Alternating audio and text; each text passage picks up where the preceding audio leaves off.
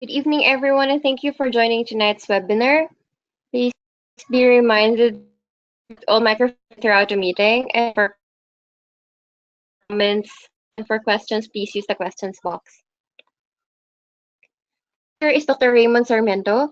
Dr. Raymond is a physician scientist who currently serves as the director of the National Telehealth Center, National Institutes of Health, University of the Philippines, Manila.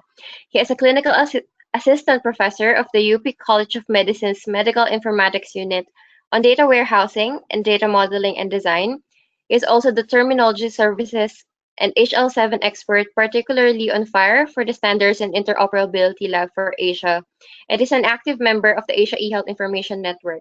Dr. Raymond is also the president of the Philippine Medical Informatics Society and the chair of HL7 Philippines. May we now call on our speaker, Dr. Raymond. That gracious introduction. So let me know if you are seeing my screen right now.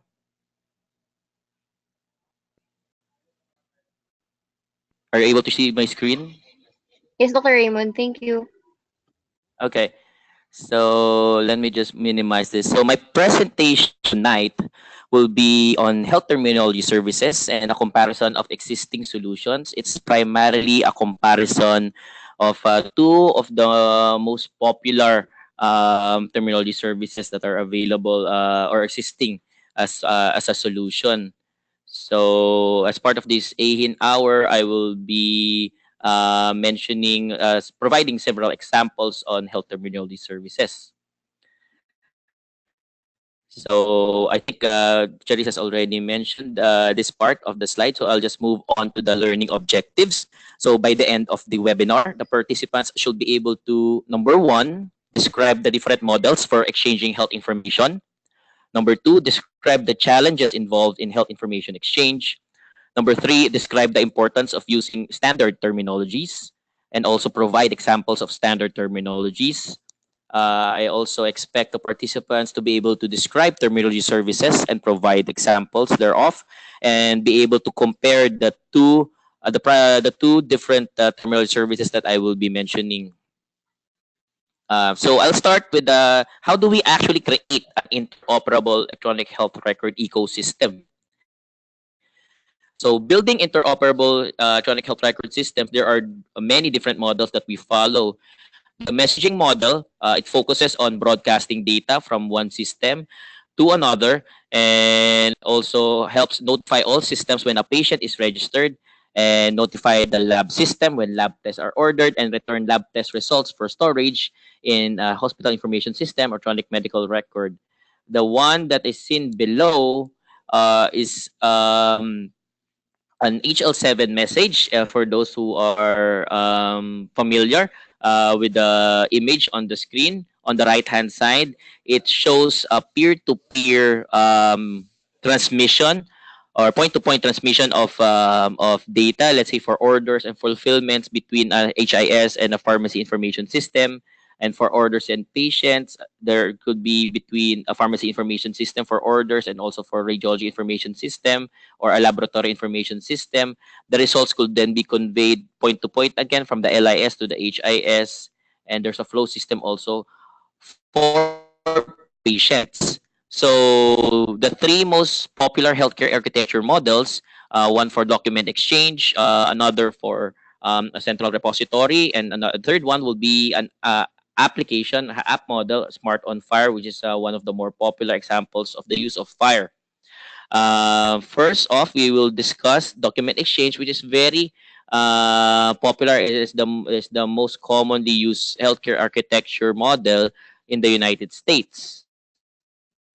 So it focuses on pushing documents from one provider to another.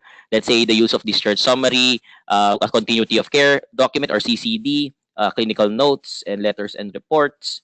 It is widely implemented in the United States as an health information health information exchange. There are limited practical workflows also for referral, but the dominant standards remain the same. Clinical document architecture, there's also a direct protocol and one for SOAP protocol for document exchange model. The next one is fairly familiar for those of us and our members who are from Canada and from Australia. It's a central health repository model which focuses on building a repository that sits between systems. So there's one that's national or jurisdictional in nature. It could be found within an organization, but essentially there's a central database which serves as a repository and wherein all other point of services or electronic medical records will connect to. The repository collects data as it is produced and makes it available on demand. There are huge implementations of it in Canada, Europe, and Australia, with dominant standards being the IHE cross-document sharing profile, the XDS profile. There's also version 2. Most popular ones will be 2.5 and 2.6, 2.7, and also version 3, which uses the reference information model for the repository. The third one is an app model, Smart on Fire. There are apps that are popular elsewhere, and now they are coming to healthcare, as we know. And the dominant standards for using an app, let's say the one that they are using currently for Apple Health, there's a custom API. There's also one for OpenM Health. The one that Apple Health uses is based on the use of Fire for exchanging those information and having all of those information be consolidated in your personal health application. But it is currently limited to having the format be in consolidated in a CCD format, CCDA format. And typically, the typical purpose is built with a narrow focus, such as that example that I have already mentioned, and the application on the other hand, reduces the barriers to entry with every doctor seeming to know an app developer in that sense. So the challenges for creating an interoperable electronic health record ecosystem are several, and these are the four main points. Number one is a data model. For data models, it could be too basic. The use of portable document format is found, or it may also be too complicated. And it could be based on a clinical document architecture, and not many of those in the healthcare industry are familiar with the use of CDA. Our friends and colleagues from Taiwan have developed a light version of CDA, which they call green CDA. It essentially identifies all of the required fields for a CDA for you to be able to communicate and be able to have all of that information in your medical record be read and be easily accessed by another health facility. The second one will be on data transport. As I showed you earlier, there are different dominant standards for every purpose. So for data transport, let's say if you are using the document exchange model, or there's one for central repository, or there's one that's based on the app model, there are numerous different dominant standards that are in use. Workflow, as we know, the most challenging example or the most challenging element in the clinical workflow are the people, because humans are complicated in and of themselves. They are the ones that primarily benefit but from all of these sorts of models that we have envisioned for implementation, but they are also the ones that ironically have provide or add too much layers of the complications to the workflow. And finally, the one is for security, which is often thought of as an afterthought, but and only used on a system level basis, and something that something that a thought school of thought or a perspective or mindset that we have to change thereof. So in order to facilitate the creation of interoperable electronic health record ecosystems. If when there are several models for that to be implemented, it is of critical importance that standard terminologies be used.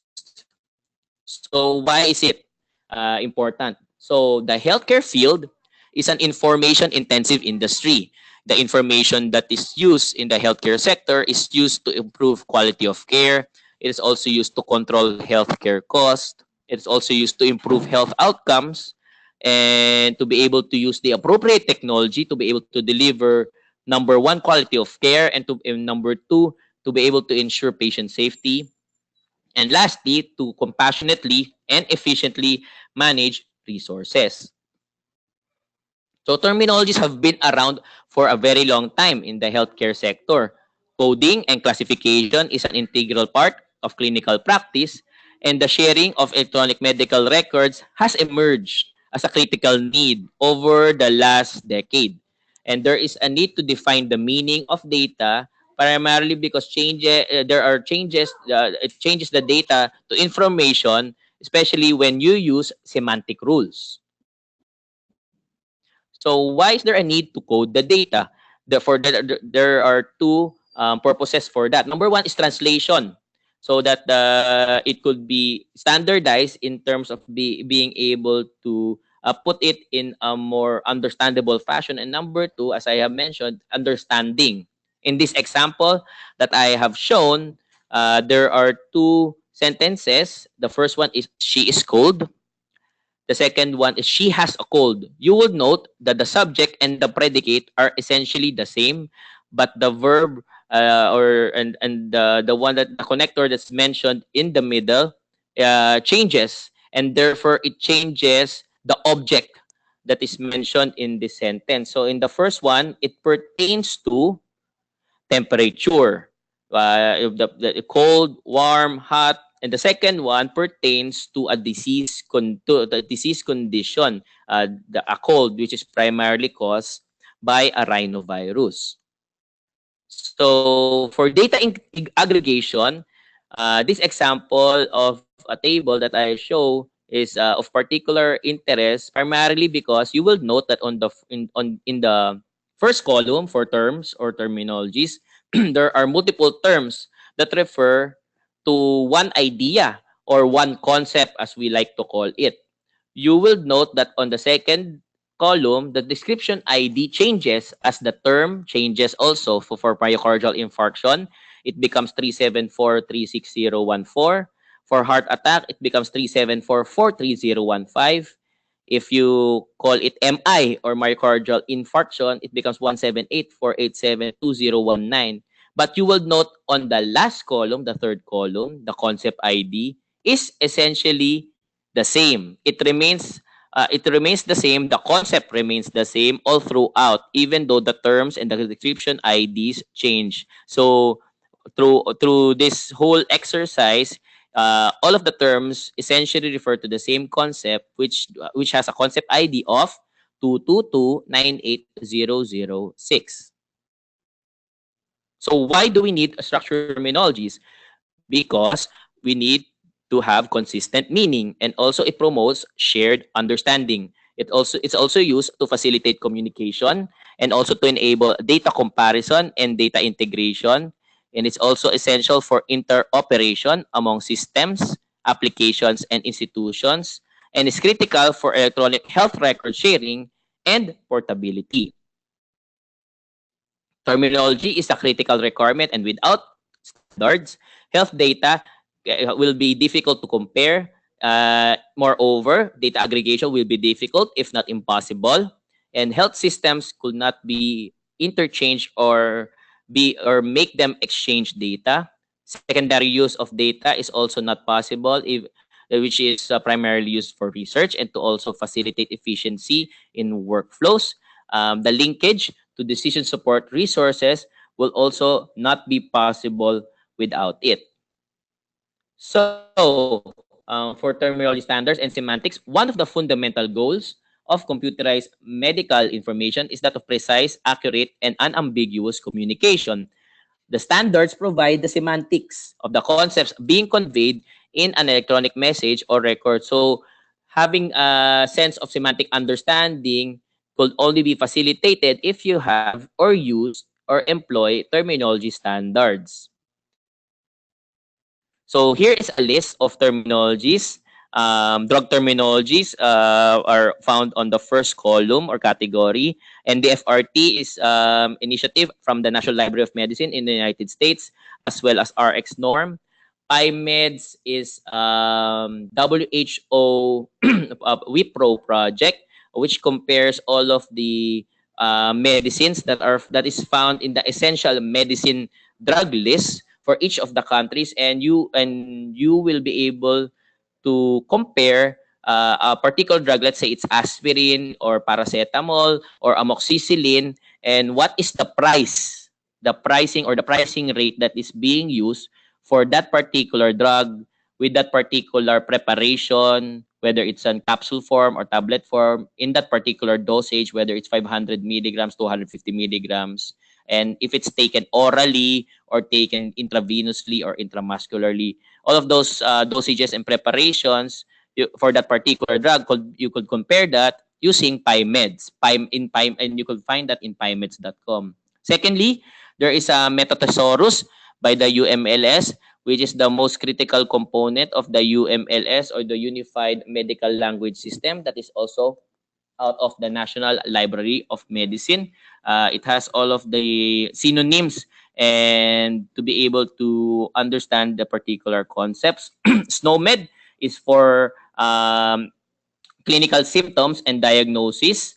The core subset of SNOMED is of particular importance or interest, if you will, because it consolidates all of the most common concepts or terminologies that are used for clinical symptoms, and most often they are the ones that are mentioned in the chief complaint. So ICD-10 is the one that you use for disease classification. It's the international classification of diseases out of the World Health Organization. And LOINC is the terminology standard that we use for laboratory values. So if you want a particular laboratory to refer to, let's say, fasting blood glucose and fasting blood sugar to refer to the same concept, and they are using the same units. For example, LOINC is the most popular terminology standard for that. So why do we need terminology services? We utilize all of these information resources to analyze and improve healthcare, and it depends on organizing and the analysis of data from multiple systems. However, this analysis is hindered if there are differences in spoken language, there is an ad hoc mixture of structured and free text data, and the failure to define and utilize a set of agreed standards for the format and content of health data. Countries, for example, have their own take on coding classification, such as ICD-10. There's also a clinical modification for ICD-10. In certain countries, let's say for our colleagues in Vietnam, there are in-country ICD-10 modifications. The ICD-10 modification that they use on the northern part is much different from the ICD-10 modification that they use in the southern part of their country. So how do terminology services work? So in this example, we see that there is term normalization. So that means what is the SOMED CT name for heart attacks? You're able to see myocardial infarction for this example in this slide. Code translation, what is the ICD-9 code? Let's say if you want to use ICD-9, and what will be the code for myocardial infarction? It's 410.9. For grouping and aggregation, if you want to understand it from a parent and child perspective, is myocardial infarction a cardiac disease? Then the answer will be yes. Clinical knowledge.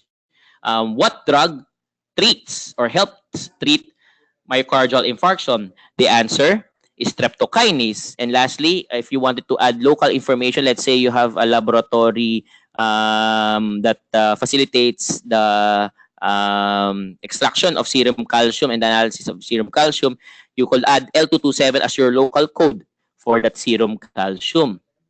So there are different examples of terminology services. terminology services, as I mentioned.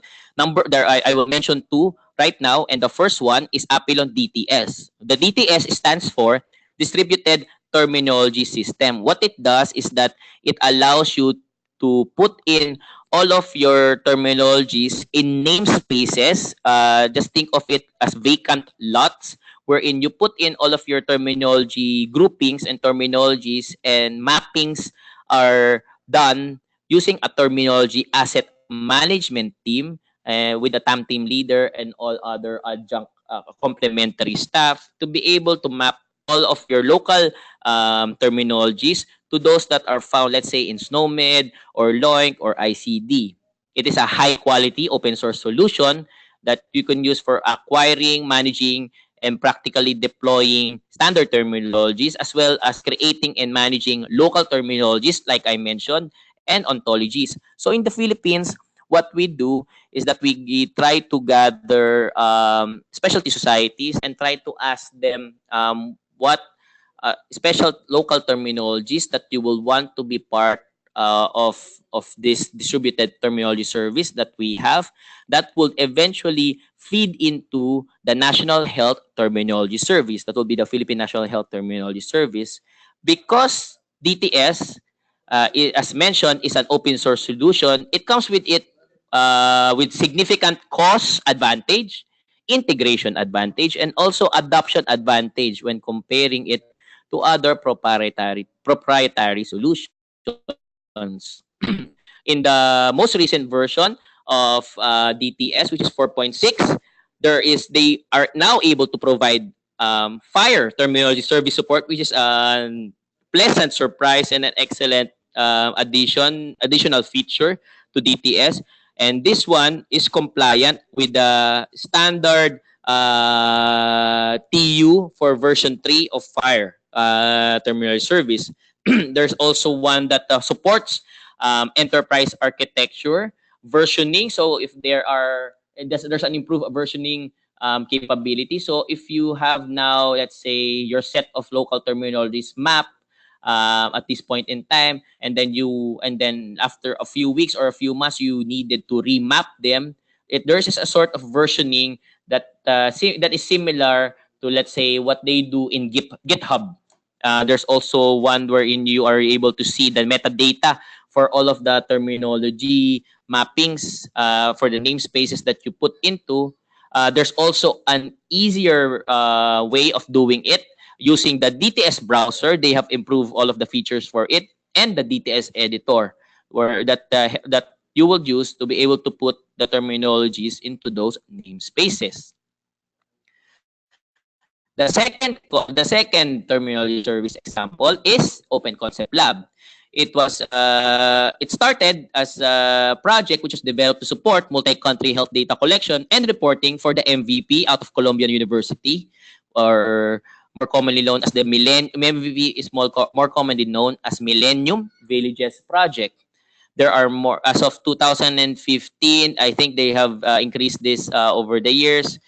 There are now more than 50 to 70,000 interface concepts covering primary care, maternal health, and oncology. It is able to map to ICD-10, SNOMED CT, LOINC, ICPC, the Common Procedural Terms, or CPT, RX norm, provided in part by the Intelligent Medical Objects. It also maps to AMPATH and partners in health data dictionaries.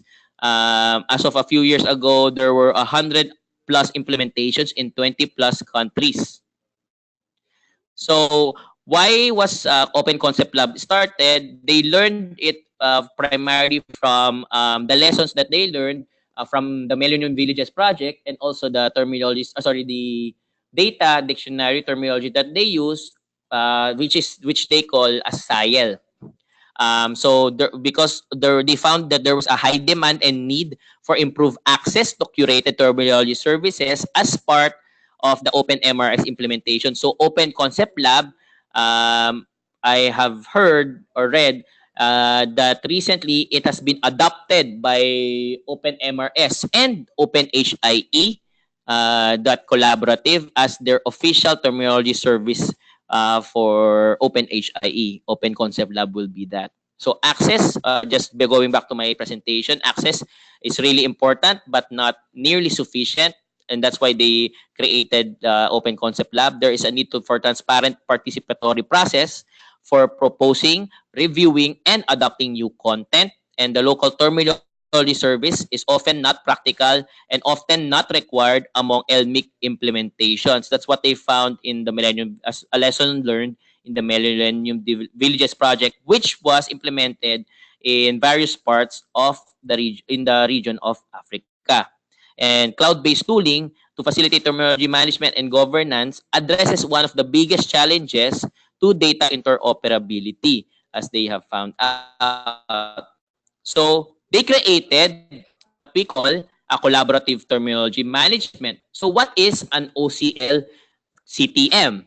It actually has all of these features. It allows you to access to content, search and browse existing terminology dictionaries. It also allows you to create new sources and manage your own sources of concepts and mappings. For example, the ones mentioned, the AMPATH data dictionary. There's also the Partners in Health data dictionary. You're also capable of building collections, create and manage collections of concepts and mappings from across sources, namely with value sets and subsets.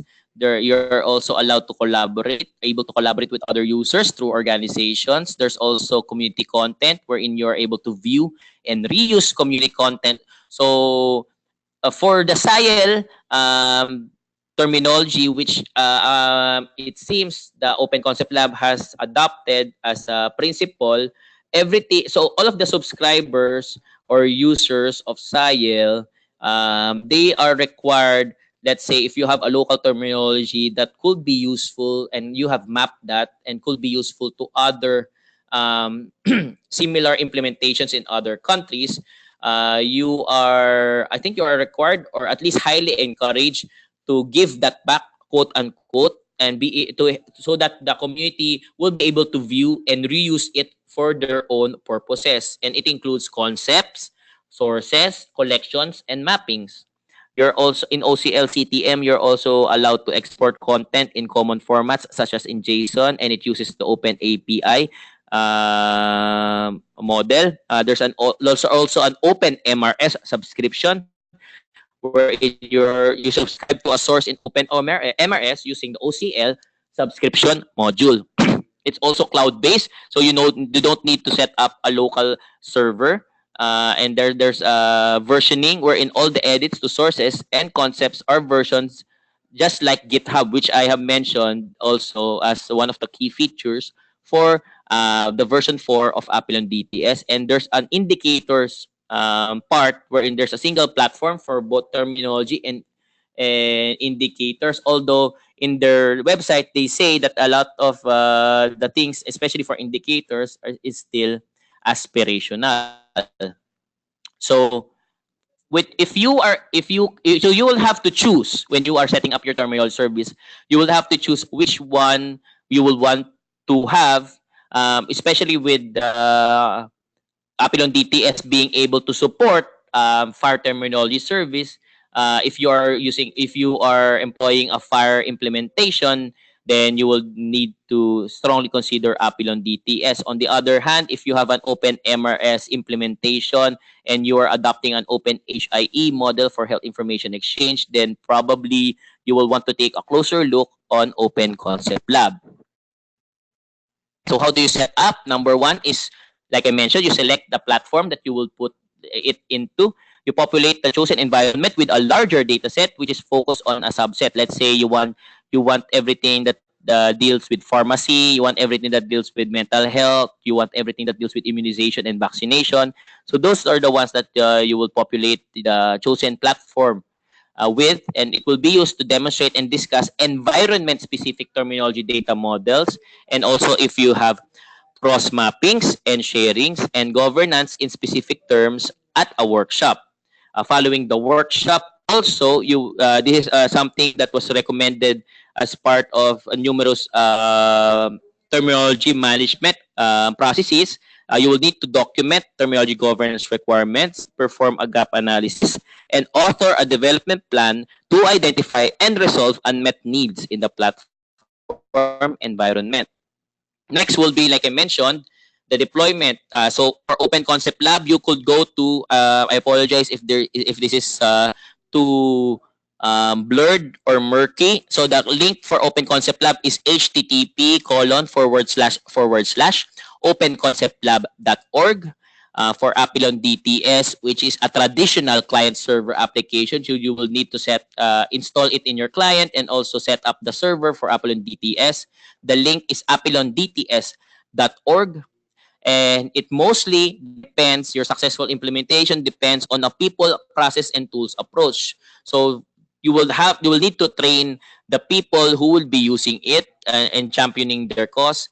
You will also have to have the processes in place, assuming that you have the people in place who find or understand the importance of terminology services. You would have to have all the processes in place and also the tools that you will need, not just the platform, but also the adjunct tools that you will need to be able to do a successful implementation.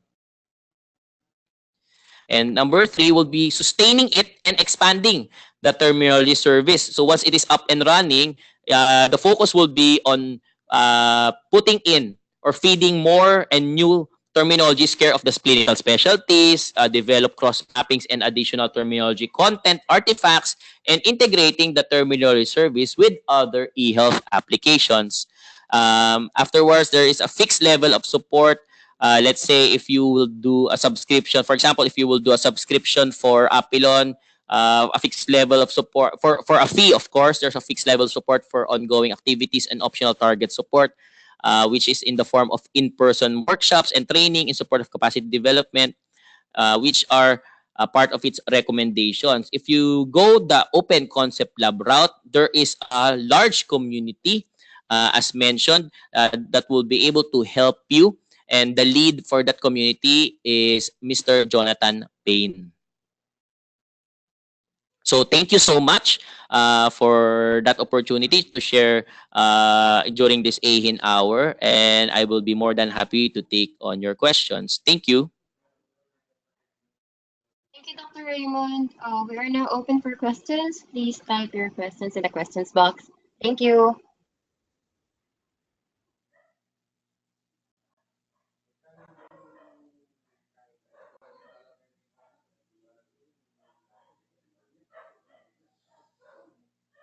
Hello, Dr. Raymond. Oh, sorry. Yes, go ahead. We have a question from Dr. Fazila. What about SNOMED?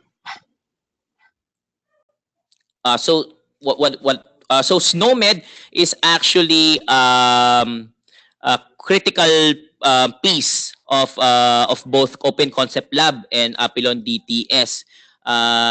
For you to be able to use it in, let's say, in outside a research environment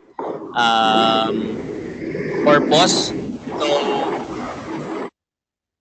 So for you to be able to use that from outside of a research umbrella, the country would need to have a SNOMED license. So SNOMED International, which is now the curator for SNOMED, it used to be the College of American Pathologists, and it became IHDSDO, and they have now renamed it to SNOMED International. SNOMED International engages ministries of health of each of the countries, and I think the fee for being able to get a license is based on per capita or the population thereof, and then you will need to for you to be able to get a copy of or sorry a license for SNOMED. The Ministry of Health should be in, but they could also put in, let's say, an agency outside of the Ministry of Health that would be the certified, let's say, licensee to be able to distribute that license all across your country. So you will notice that Apelon DTS and Open Concept Lab, if you use them, they are able to map to the different terminology services. Like as mentioned, ICD-10, SNOMED, ALOINC, ICPC, CPT, and RX norm. But for in particular for SNOMED, you will need a license for you to be able to use that outside of research environment.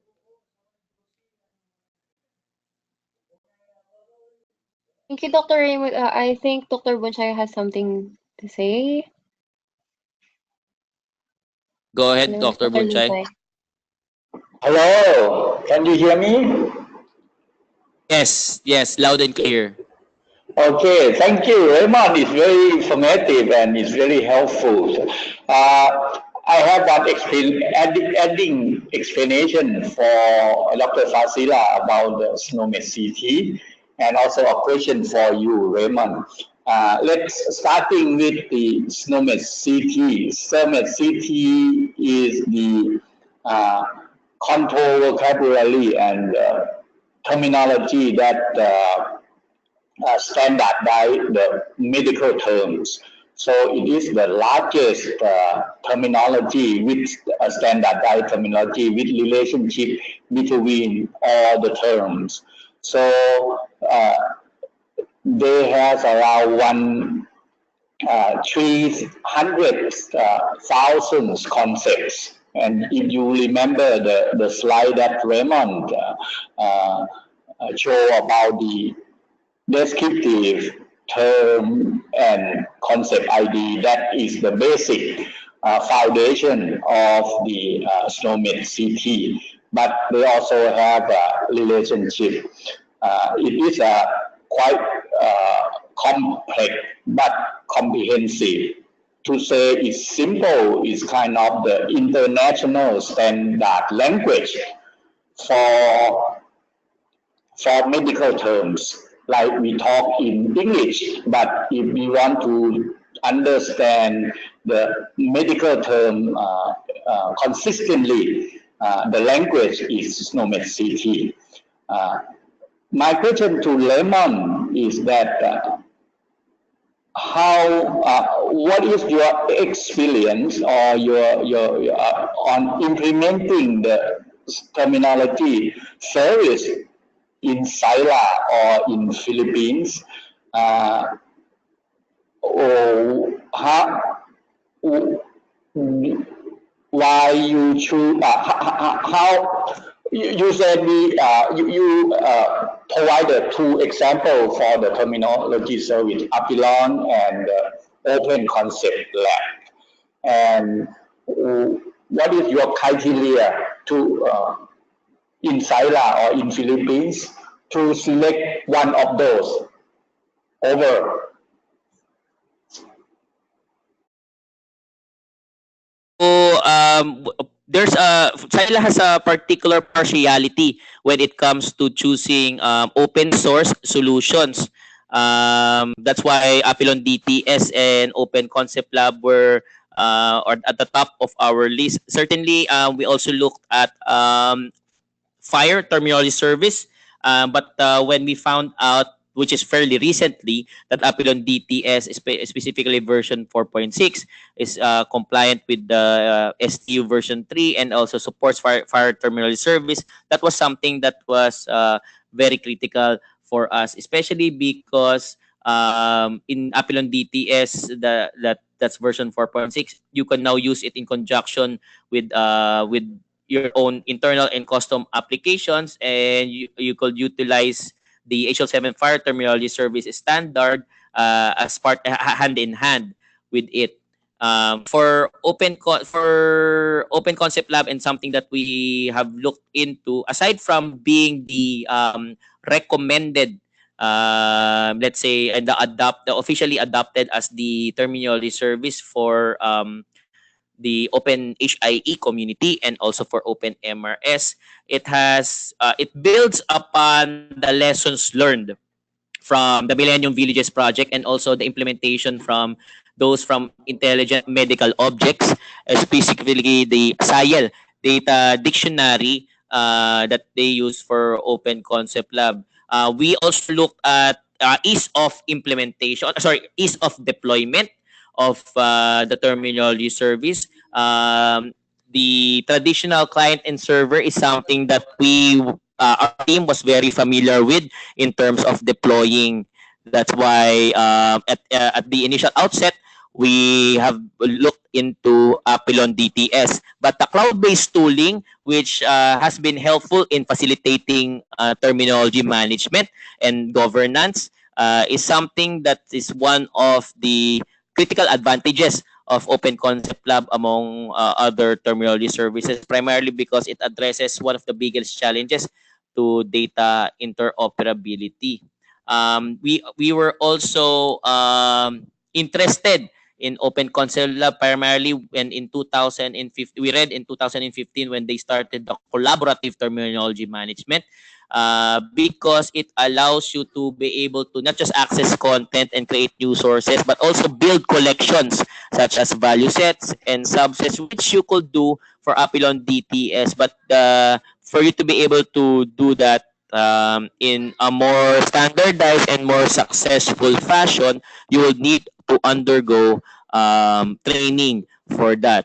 So, and the versioning is something that I think was not that let's say it wasn't that much featured in previous versions of Apelon DTS, but was already something that they at Open Concept Lab already looked into. So those are the different factors as to why we looked into simply deploying these two examples of terminology services. Thank you. Thank you, Dr. Raymond. Dr. Praveen is asking, what are the challenges you faced when implementing terminology services based on your experience? So thank you, Dr. Praveen. Based on experience, the number one will be, as I mentioned, if you go to the people process tools approach, it's always the people that's very important. Even up to now, we have difficulty in, let's say, in officially engaging or having all of the specialty societies on board here in the Philippines. There are let's say we have been in close coordination with those from surgical specialties. Let's say the Philippine College of Surgeons. There are for the Philippine Obstetrics and Gynecological Society. Those from rehab medicine also, and those from the Philippine Dermatological Society. Those are the clinical specialties that have been fairly active in onboarding their terminologies. But for those other clinical specialties, I think there's still a need to be able to engage a lot of them, especially since we have been moving into cross mappings and adding terminology content artifacts. In particular, they were very interested in the previous work that I did while I was a fellow at the National Library of Medicine, when we looked into developing a local let's say local let's say which is a Philippine based health data dictionary, but primarily for chief complaints. So in the Philippines, there are 8 major languages. So there's Bicolano, Hiligaynon, Cebuano, Tagalog, Ilocano, Bisaya, Kapampangan, and then one other language which I have, which escapes my mind. I think it's Bicolano or something. Or if I mentioned that, please forgive me. But those 8 major languages, there are certain. So, for example, if you are referring to, let's take the example of the concept of fever. So in the Philippines, because of those 8 major languages, there are 8 ways of essentially mentioning fever. So if you are a doctor, and since we are an archipelago, and if you are a traveling doctor, or let's say you are at the largest tertiary hospital, which is the Philippine General Hospital, and you see all these patients of different languages and from different parts of the country, and then as we are trained in medical school, if it's about the chief complaint, you will have to put that down in verbatim form. So it will, and then that's why that was the provenance as to why I was part of starting that project for the Philippines, and as part of that, there were challenges in terms of verifying the authenticity of this particular concept, how you would map it correctly, the correctness or accuracy of map of being able to translate it and map it to the particular concept.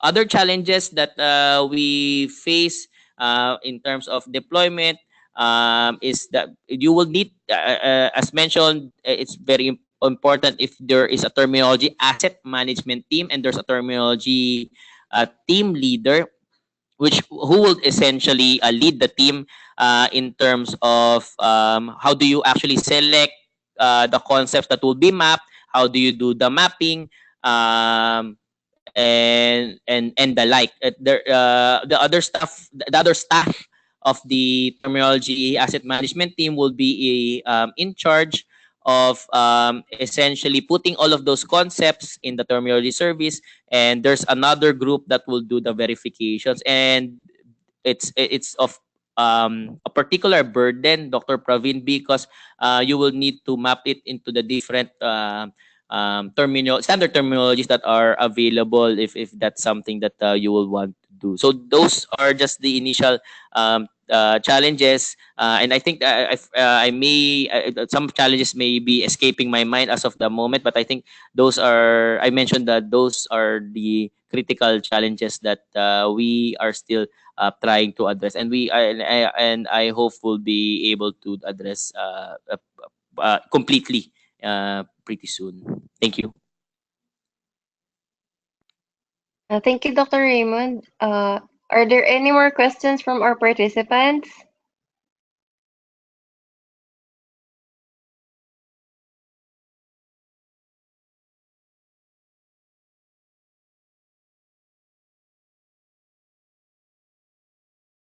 So just to reiterate, it really depends on which platform you will choose for deployment.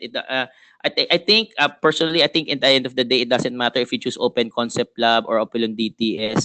I think based on your needs and based on the capability of the team that you have, based on the actual concepts that you will need to focus on, if and based on your let's say on your existing health information system environment, if you have already open MRS as your EMR or EHR of choice, those are some of the critical factors that you will need to look into in terms of choosing which one will be helpful for you as you deploy a terminology service and as you sustain and expand that terminology service. It's very critical, and I think Dr. Bunchay would agree with me since he is leading the THIS over and the TMT for the Thai medical terminology for drugs. It's something that's a bit of a challenge and a full-time job, if you will.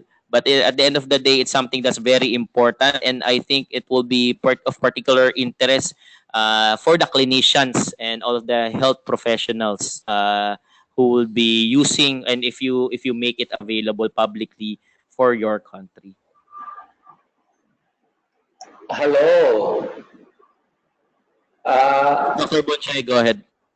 Yes, I can. Thank you, Raymond, Dr. Raymond. I can share my experience. I think this presentation and this webinar is very good.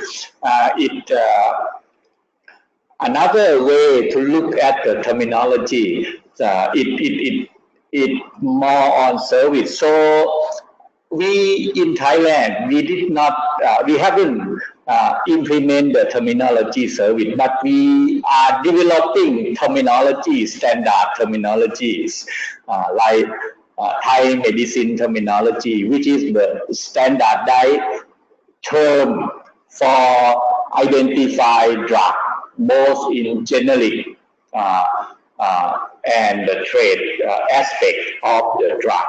And that is one of the challenging and very in developing the language to be understand across the country, uh, which is I call the standard term and also the coding system of this term. So it related to this presentation. The one that I'm doing now in Thailand is can say that is the terminology content. Uh, if you want to develop the electronic medical record or the health information system or the hospital information system, terminology service is very important, but you also need to develop the standard term or the content for this service to be for the electronic medical record. And the terminology service, to my understanding, it has many services and many functions. One function of this service is the mapping. You have the content. If you have the local term, you can this service can be this terminology service can help you mapping this. Another service, to my understanding, is the developing standard term using the terminology service we call authoring tools, which is that will be incorporate the governance and the maintenance of the terminology content, which is also very very important and take a lot of time. So it doesn't, for the terminology service, it doesn't mean that you can use it or deploy it instantly. You have to have some kind of the content that you decide to use, and also if you don't have one, you have to develop that language or that terminology. In Thailand, we have several standard term. We use ICD-10 for the diagnosis and procedures. We have the Thai medicine terminology, which is developing following the SNOMED CT concept model for identify drug. And we also have now we are working on using the link to identify lab in Thailand, but we haven't deployed or implemented it. That the one that I think it might be good to share with our communities. And thank you, Raymond. Over. Thank you so much, Dr. Bunchai. And I think it's prudent, I think, at this point to be able to share with our friends and colleagues at in AeHIN that we are considering deploying a regional health terminology service, which would, since, especially for Southeast Asia, where there's some sort of reciprocity when a particular doctor is allowed to practice or licensed to practice in Southeast Asian country, like in the Philippines, then he or she could practice in Thailand and vice versa. So if we have, let's say, a regional terminology service, I think it will bring a lot of value and much better impact in terms of being able to provide quality of service wherever wherever we are in the region, especially since we are looking at not just from a country perspective, but also from a regional perspective. So thank you so much for sharing your lessons learned and your experiences, Dr. Bunchai. We appreciate it. Over to Charis. Thank you, Dr. Bunchai and Dr. Raymond. I think there are no more questions from our participants, so we can wrap up the session. We would also like to invite everyone to attend our upcoming webinar on May 2 with our colleagues in Gembi. Thank you. Dr. Bonchayo, do you have something else to add? Okay, thank you, Char, and thank you all the participants. I really like this kind of webinar. Most of all, thank you, Dr. Lemon. Dr. Lemon is one of the uh, champion in our AeHIN. I would like to encourage all our AeHIN member, especially the one who, the attendee of this webinar, to share your experience with us in the future webinar.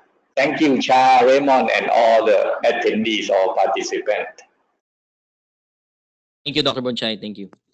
Thank you all to those who participated. It's pretty late where we are, and we really appreciate you taking the time out and spending it with us, even for just 60 minutes of your precious time. Over to Charis. Thank you.